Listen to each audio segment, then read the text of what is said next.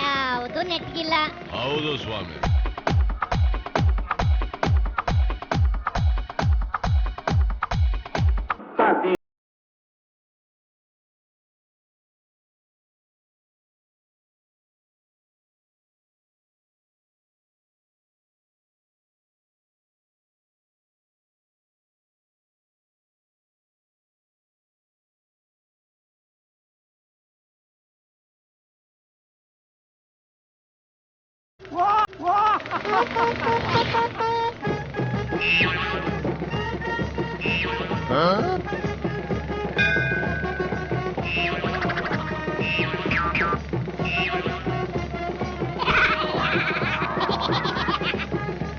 ಯಾವುದು ನೆಟ್ಗಿಲ್ಲ.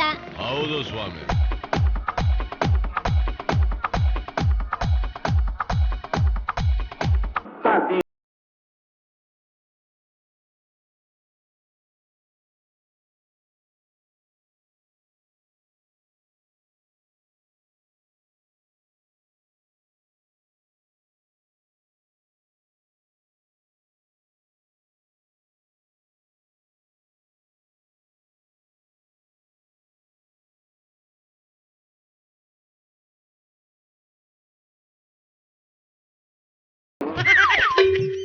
ಏನ್ ಪಿತಾಜಿ, ಮದುವೆ ಬಗ್ಗೆ ಏನೇನೋ ಹೇಳ್ತಾ ಇದೀಯಾ?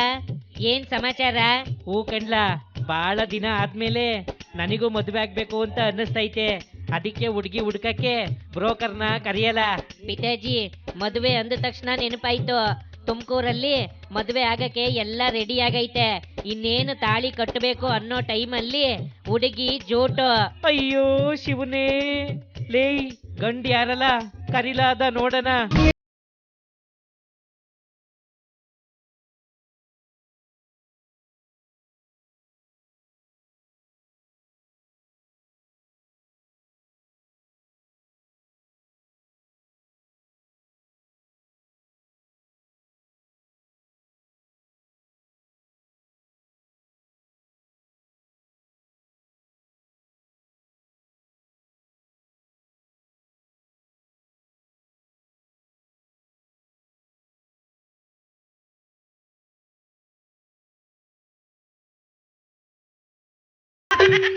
ಲೇಟ್ ಎನ್ನಿಸು, ಏನ್ಲ ಇದು?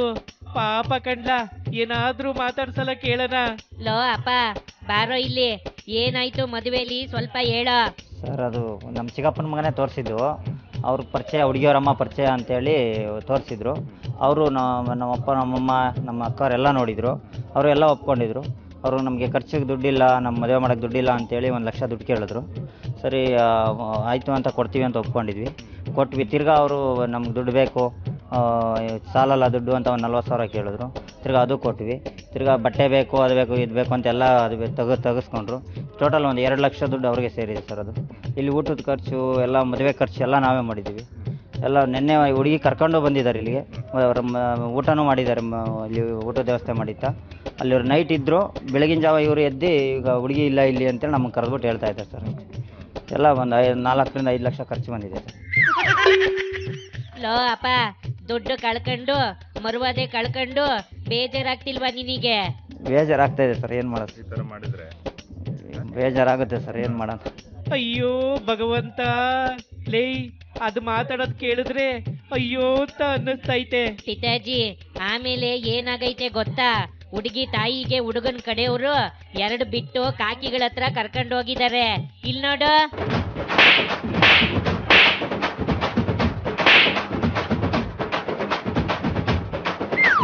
ಪಿತಾಜಿ, ಹುಡುಗನ ಕಡೆ ನಮ್ ಬ್ರದರ್ನ ಕರಿತೀನಿ ತಡಿ, ಅದ್ ಹೇಳೋದನ್ನ ಕೇಳಿಸ್ಕ. ಲೋ ಅಪ್ಪ, ಏನ್ ಮಾಡ್ತಾವ್ರೆ ಹುಡುಗಿ ಕಡೆ ಅವ್ರು? ದಂಧೆ ಮಾಡ್ತಾ ಇರೋದು ಇವರು. 3 ಜನ 5 ಜನ ಅವರಲ್ಲಿ ಇಲ್ಲಿ ಬ್ರೋಕರ್ ಕೆಲಸ ಮಾಡ್ತಾ ಇರೋದು ಇವರು. ಅವ್ರೇನಂತಂದ್ರೆ ಇದೇ ಉದ್ದೇಶ ಅವ್ರಿಗೆ. ಈಗ ಒಂದು ದುಡ್ಡು ಇಸ್ಕೊಳ್ಳೋದು, ಒಂದು ಹುಡುಗನ ತೋರಿಸೋದು, ಅವನು ತಾವು ನಾವು ಬಡವರು ಹಂಗೆ ಹಿಂಗೆ ಅಂತ ಡ್ರಾಮಾ ಮಾಡೋದು, ಅವನು ತಾವು ಲಕ್ಷಾಂತರ ರೂಪಾಯಿ ದುಡ್ಡು ಇಸ್ಕೊಳ್ಳೋದು, ಅವನಿಗೆ ಮದುವೆ ಮಾಡೋ ಟೈಮು ಹುಡುಗಿ ಓಡೋಗ್ಬಿಟ್ಲು ಅಂತ ಹೇಳೋದು. ಹುಡುಗಿ ಓಡೋಗ್ಬಿಟ್ಲು, ನೋಡಪ್ಪ ನಮಗೆ ಕಷ್ಟ ಹಿಂಗೈತೆ ಹುಡುಗಿ.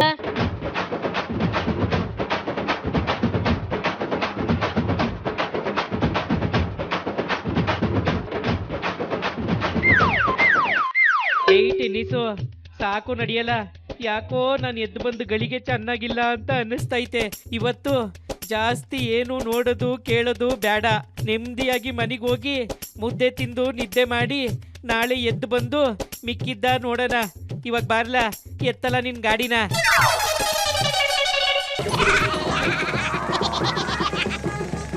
ಯಾವುದು ನೆಟ್ಗಿಲ್ಲ. ಹೌದು ಸ್ವಾಮಿ.